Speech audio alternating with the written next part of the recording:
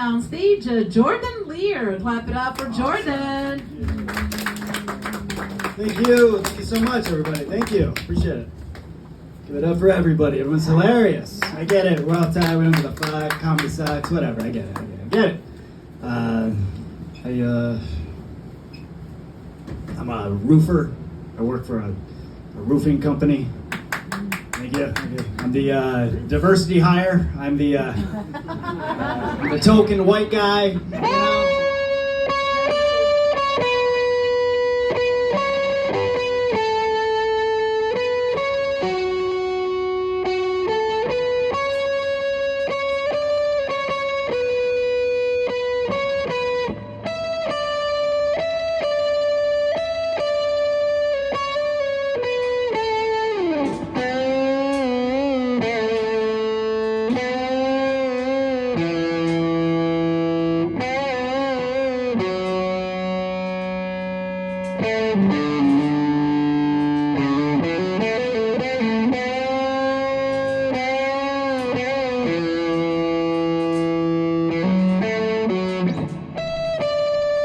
Welcome to the Jordan Leer program number 83.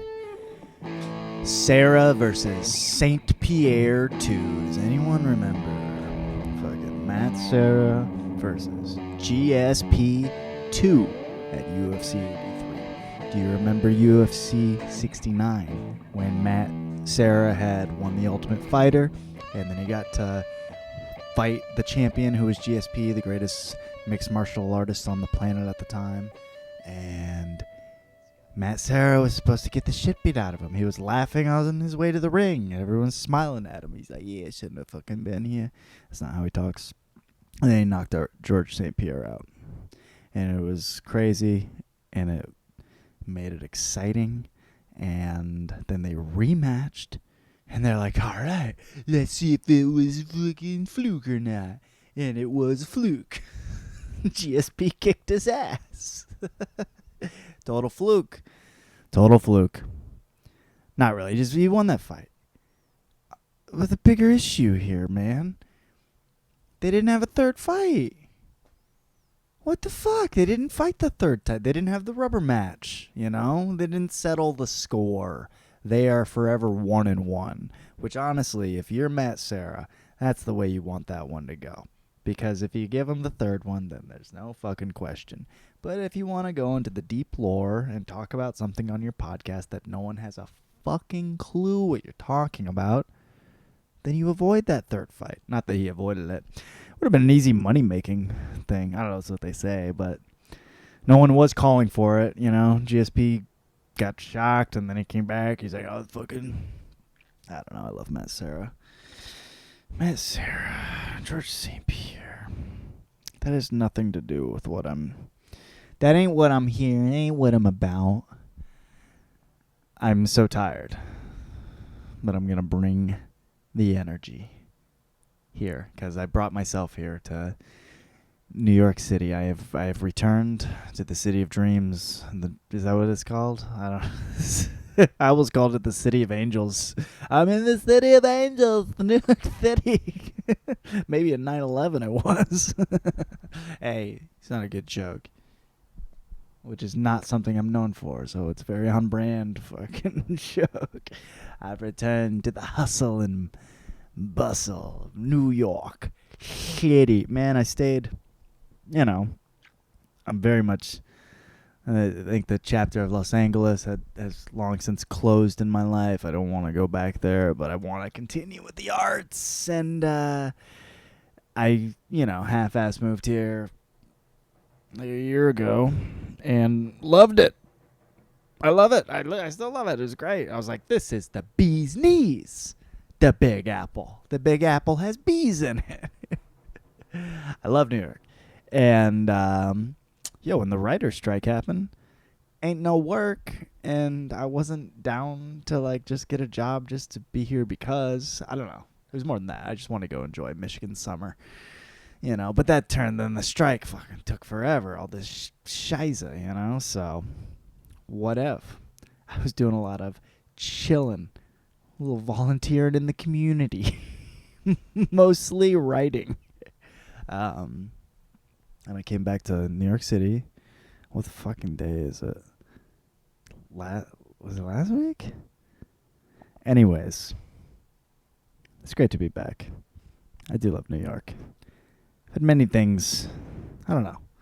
Been a lot of places. It's funny, like, today, these guys I work with, they're like, well, where you from? And I was like, oh, Michigan, but I didn't live there for a long time. I was out in L.A., and I lived there, and I lived in Arizona for a bit, and they're like, how old are you? Because I look like I'm 13 or whatever. I don't look like I'm 13. People do think I still look 18. But then if you say, if I like hearing that, I'm like, oh, I look 18. You're probably like, no, you're not. You look like a fucking meth head that's 18, maybe. But if I telling someone, whatever. What's this podcast about? Guess what? Didn't have a subject. Just wanted to pump one out. Just wanted to pump it in there. You know what I mean? You just wanted to get my dick wet. And it's wet outside. It's wet ass New York. I write a line. Sometimes I'm like, how much am I like? Do I want to talk about like real life or not? You consider it on the podcast. Oh, give me the real life. Fuck it. I mean, not that it's whatever. Maybe it's just boring. Got a new, as the entertainers would call it, to clarify that they're an entertainer. I got a new day job as Hidar, which, okay. Here's the thing. I got a job, and the hours is so early. Okay, it pays the bills, I think. You ever get a job and you're like, hey, it pays the bills, and then you do the math on what you're making, you're like, maybe it pays a bill. Anyways, I got a job that I used to do when I was like a little boy, and it's not I can't. It's like I'm apologizing for the Epstein Island joke I just made in my head that I already did, but I didn't even make it. Anyways, I used to do fucking like roofing and carpentry work with my dad growing up, because that's what he did. And it was I was his helper, side job guy. I don't know when I really started working, then probably around like age like 13 or 14. But like when I was like a little kid, I've always been around job sites. Anyways, done a lot of roofing and stuff. Even like a couple years ago, me and him replaced a roof of my grandma's. And it's not easy. It's not easy. But it's outside. It's outside. It's outside, which also can suck. It's what do you... Sometimes I've had office jobs before, and that is just pure hell. And this job is hard, but it's not pure hell. It more just feels like life, honestly. How many times have I been staring at a fucking Microsoft Excel sheet? I had stupid jobs before going, oh my fucking, or watching a Zoom session for work. Ugh. I'm like, can I please just like pick up like a brick and put it over there? Can I just like put some fucking epoxy glue on this fucking shit before you put that stone in there? Can I take some flashing concrete and just swipe it around the sides of this fucking roof for like 2 hours and get black tar all over my fucking hands? Can I just go like cut those fucking bricks, spray them off, and mix concrete around? I don't know. It's something. It's interesting because I went to school for like film and video stuff. Like I know how to use a camera, and I know how to use audio editing, all this shit. And I should probably like try and get a jab in that while I'm passing around the screenplays and auditioning for for my shit. But God, those jobs suck. Ugh. I guess if they pay more, that's better. But you gotta fucking look so stupid too. You gotta dress in dumb clothes. Like I like the way like roofers dress. I don't know. Whatever, I'm gonna get off that. This isn't the roofing episode. This is that'll be one down the line. New York City did my first set since I've been back, and it felt amazing.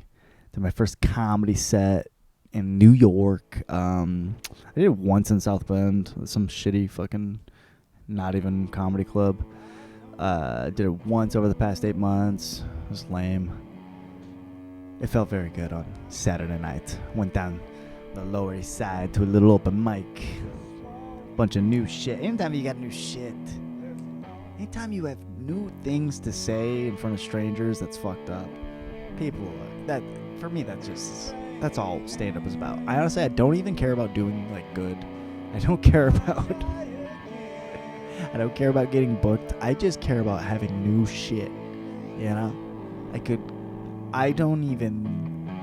hopefully one day this will change. But honestly, I don't think about getting booked at all or making any money in stand-up. All I think about or hope for or want is more wild things to try and say in front of strangers.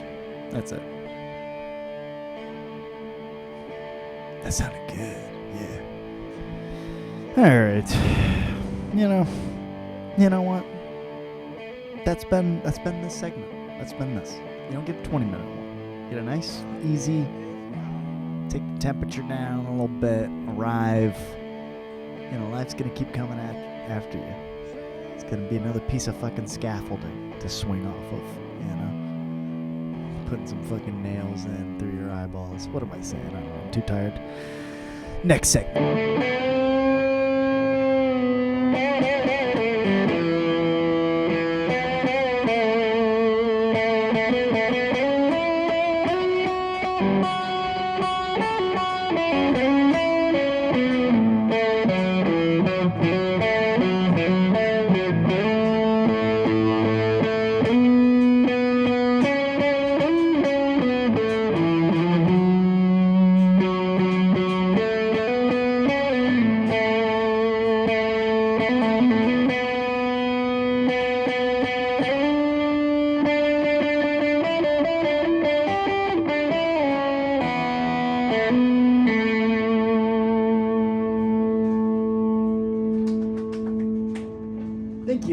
As always, sponsored by Play It Again Sports. And there's not a lot of Play It Again Sports in New York City, so that sponsorship might be running to an end. Even though you motherfuckers don't give me any goddamn money, and I'm gonna be suing your ass until eternity. Play It Again Sports. I love you. Okay?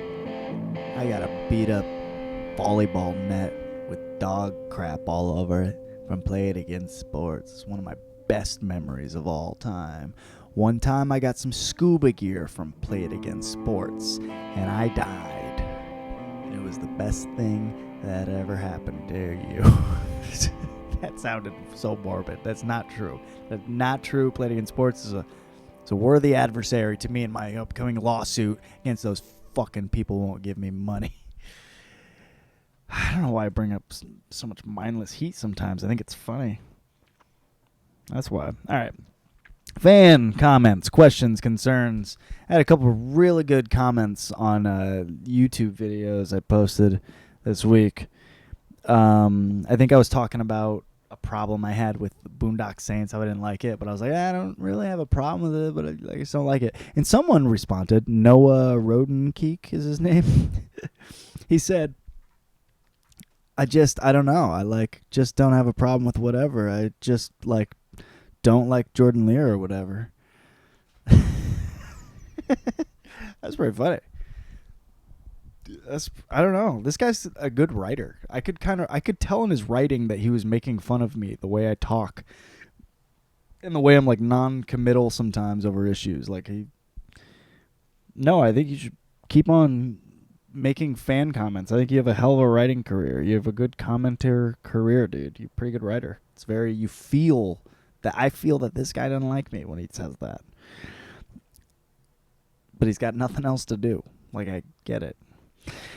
And then I had another person say, this person, Gerard Mike Burns Jr., I forget on one of my videos. He said, "It is embarrassing that the tens of thousands of people who get stupidly drunk on St. Patrick's Day still make more sense than this guy." Yeah, that is embarrassing.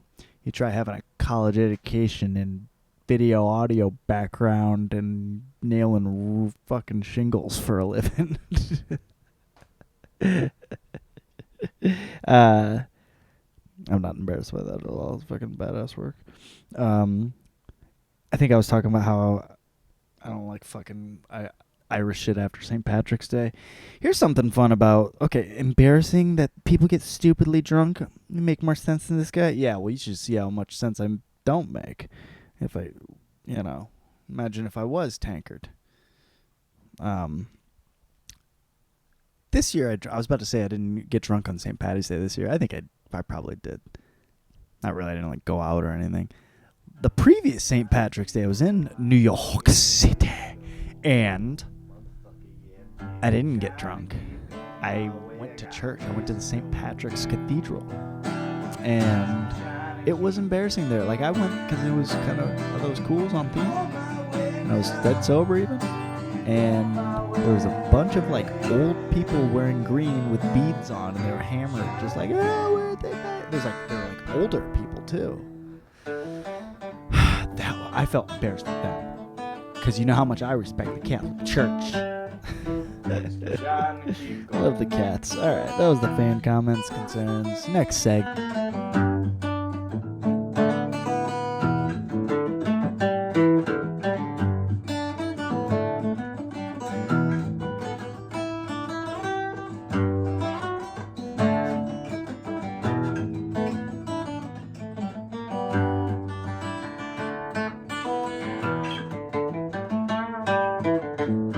Shine and keep going my way, got a ways to go.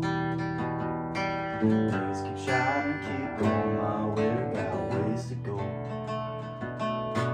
Please keep shining, keep going my way, please keep shining, keep going. All right.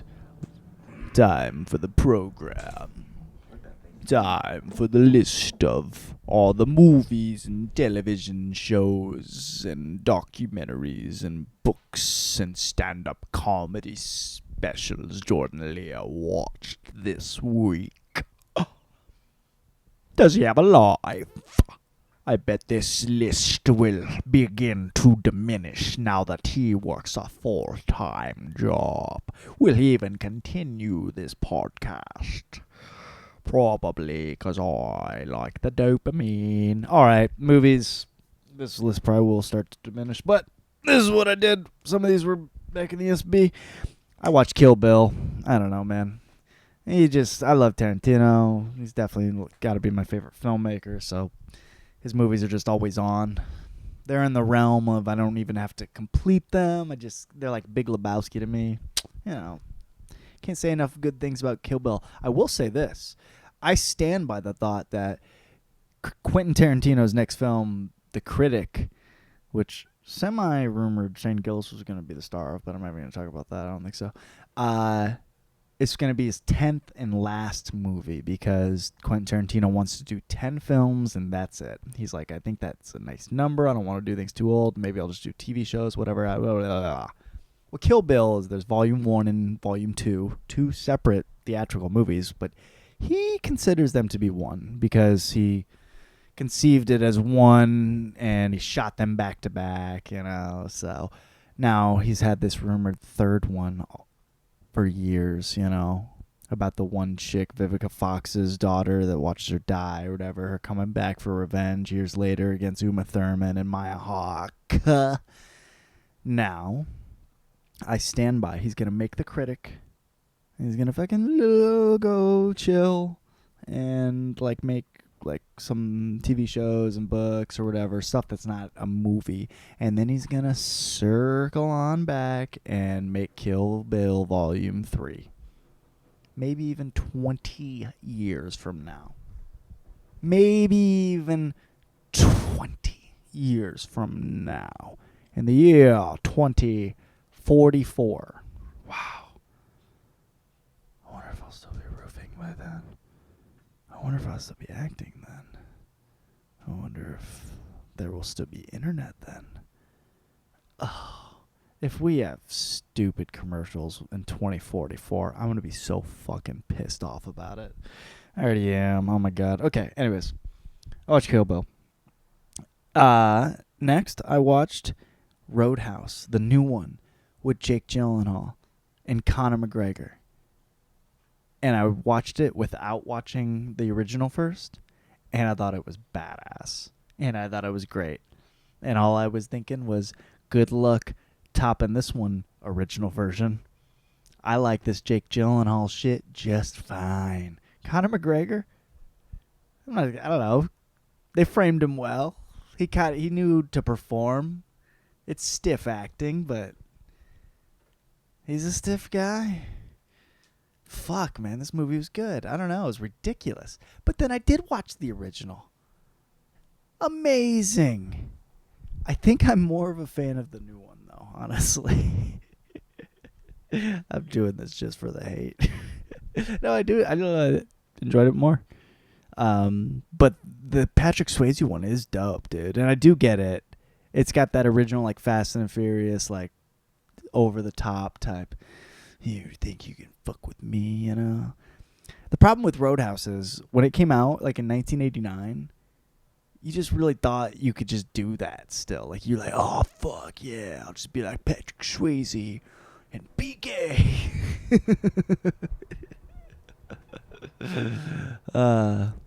The best part of that movie is, like, towards the end, there's this big fight going on, and this dude is, like, beating up Patrick Swayze, and he grabs him by the back of the hair, and he goes, I used to fuck guys like you in prison. What?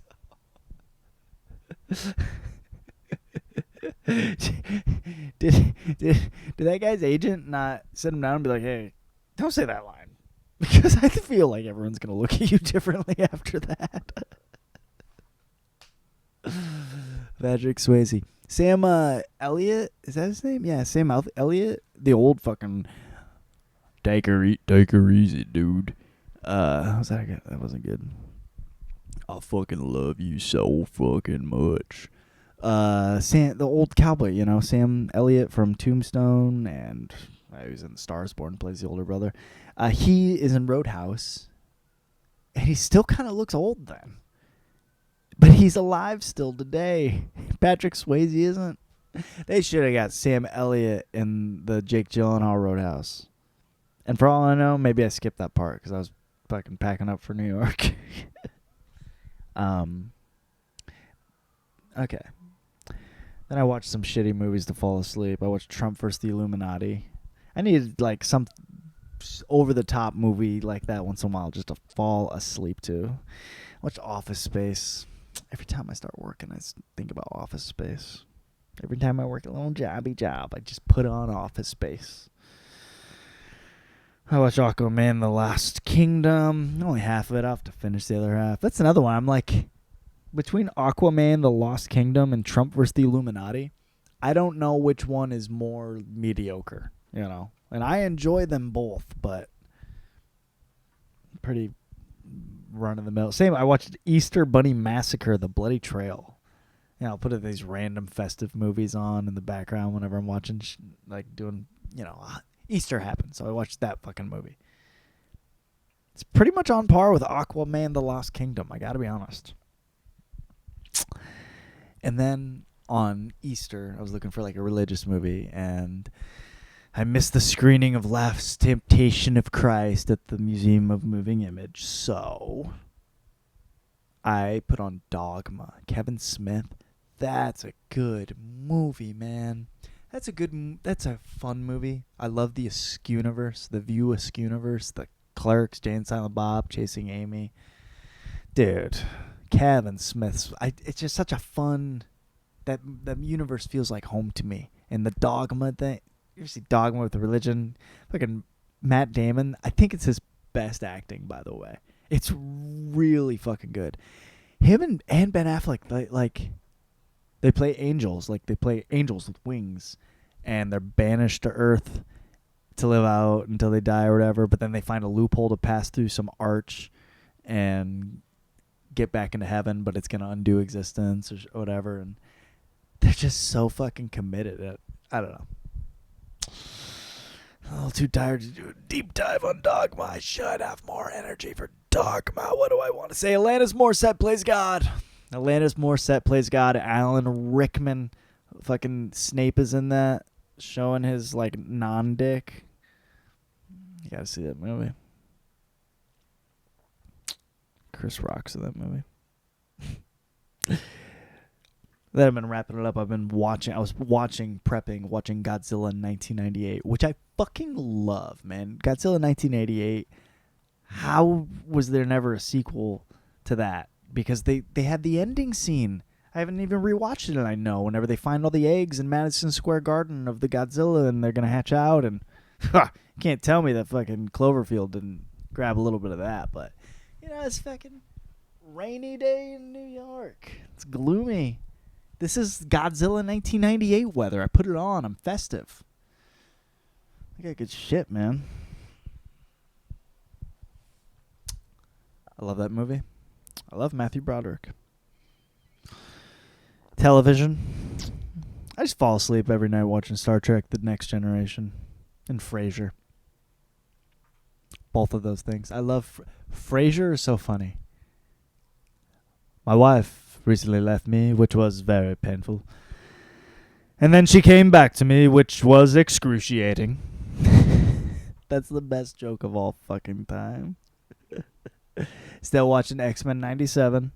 They got the twist now with the Jean Grey clone, and I'm thinking this is how we're gonna get some cable action. Nathan Summers, X-Men 97 is so fucking good. And then watched all of House of Dragon finally. The old Game of Thrones spin-off. Those shows are good.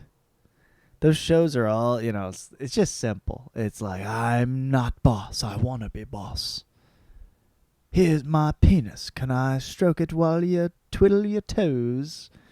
It's all about fetishes. That whole fucking show is all about murder, death, and fetishes.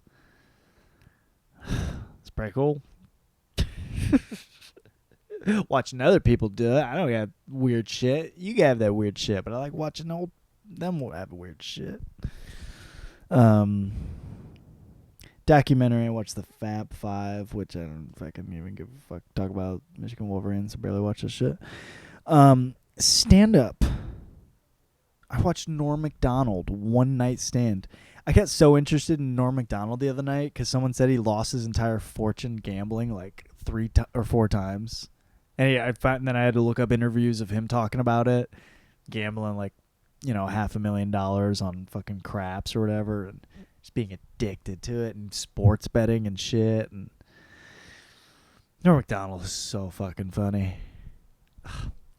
Man, my buddy, I say my buddy like so loosely. I love the guy. It's not like we're super close, but a comic I knew out in LA, really nice kid. Jeremy McKiernan was opening for Norm before the pandemic. And then the pandemic hit and the show stopped, and then Norm died in 2021. Fuck, that sucks, man. Think about Jeremy McKiernan. The guy's so funny. It's like being funny is not enough in this industry to get it industrialized. Which, not that you want that, but fuck, man. I feel like I see people post about like Norm Macdonald all the time, like my favorite comic. I'm like, you guys should check out his fucking protege. I should just start doing that. Here it is. Go check out Jeremy McKiernan. He's so fucking funny. I hope he's still doing stand-up. If he's not, he should start doing it tomorrow, ASAP. Ugh. My buddy David Dorward told me he quit doing stand-up. And when I say buddy, like people I knew and hung out with at open mics a lot. I haven't talked to him forever. He said quit before the pandemic or during the pandemic. Fuck, man. It's weird to be... what's weird about doing stand-up?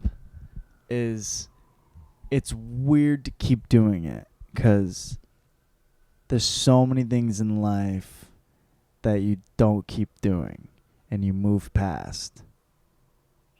And it's kind of like probably weird or bad that you keep doing that. Like, you know, I don't know, like school. Like you talk about high school that it already happened, you know, or high school sports, like it already did. And it's not like you still get up with your buddies and like, I guess some people have like softball leagues and shit or whatever. But yeah, you talk about college or maybe you went in the military. You talk to your buddies about the war, you know, but you're not like still there. I hope not. You know, these hobby, but like stand up. Because stand up, especially that first year, that second year, third year, like if you see people a few times and you're talking about it, just to like gain respect amongst each other or to challenge each other, you're like, oh, so you serious? You gonna do this for the rest of your life? And everyone's like, yeah, I'm gonna do this forever. You know, it's probably actually put across more chill than that, but you know, I've heard comics ask each other straight up, like a bunch of them, like, what's your goal? What do you want? And you know, because you have 2 hours to kill at open mics and everyone's trying to fucking network, or I don't know, no one knows how to act. But I meet more and more that are just not doing it. That I'm like, I would have always thought forever they'd be doing it. But then again, I don't know. I thought we'd all be fucking blown up by now. You know, I mean, in a good way. I thought we'd all be like having shit pop off. I guess we have in our own way, but it feels like the dark ages of comedy, if I want to be honest. And maybe that can be my excuse for growing up in this time, but these are fickle years. It's hard you gotta keep yourself going, you know what I mean?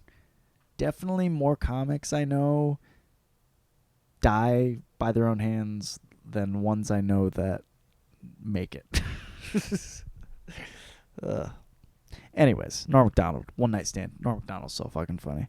And book, I'm reading The Picture of Dorian Gray. Yeah, I'm reading it. Oscar Wilde. I'm interested. It's already the best preface I've ever read before. It says a bunch of shit about art and what art is and how it's not meant to be good or bad. It just kind of is. And it's more elegantly put it than that. Oscar Wilde. Wild, man. Well, in closing, I'm gonna close this. I'm gonna give a closing statement. It's gonna be good. Hold on. What is it gonna be? A speech, like an inspiration, the thing I want to pass along? Is it something I want to tell about myself? Is it something I predict? You know what? I'm gonna give an inspirational speech to you out there. You, and you know exactly who you are. You know who you are, and you know what you're doing, and you know what you're not doing for your life. You know what is making you wake up every single day, and you know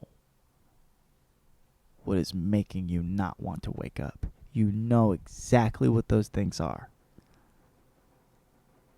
And every single day you wake up and you feel like a prisoner of these thoughts and these problems and these things going on, and you know you have the control to change it. So you start taking action to do it, and you do it, and then it sucks the energy out of you, and then you feel like you're gonna die.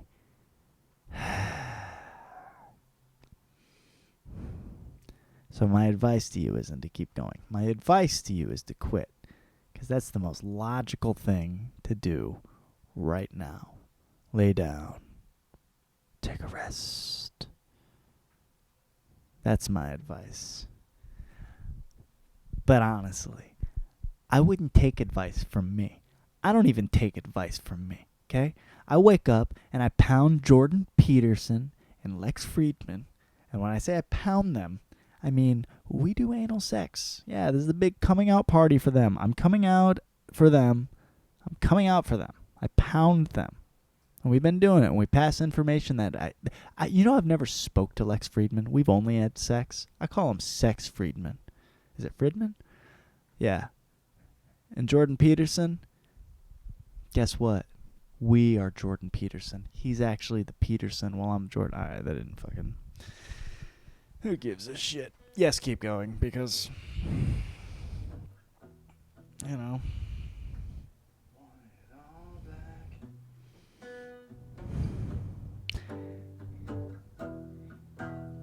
They should do GSP versus Matt Serra 3 in Kill Bill Volume 3. I'm gonna pitch that movie to Quentin Tarantino and Dana White. Kill Bill 3, GSP versus Matt Serra 3. You want it all back. I'm gonna start roofing. Can't post most of this or probably ever say it again, so you're getting the good shit. Got arrested. Life you once had.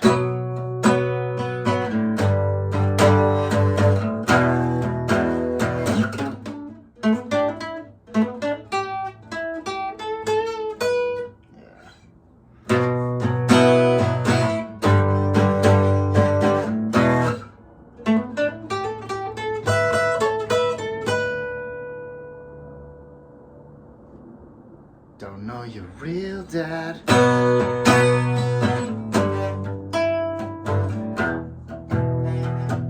You want it all back.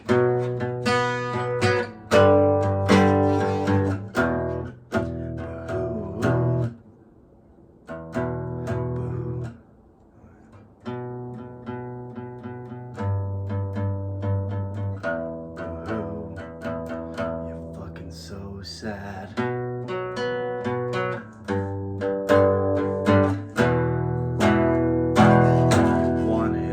Back.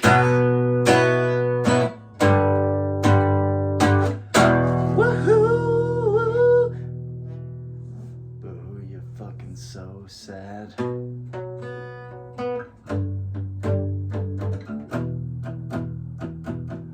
life you once had.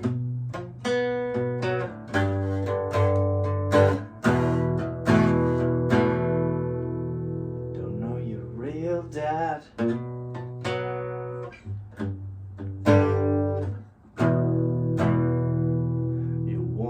All back. The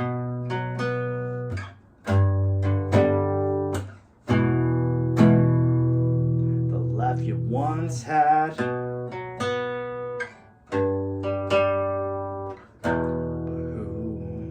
you're fucking so sad. Don't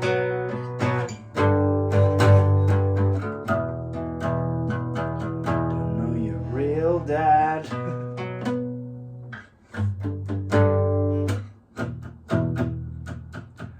Want it all back.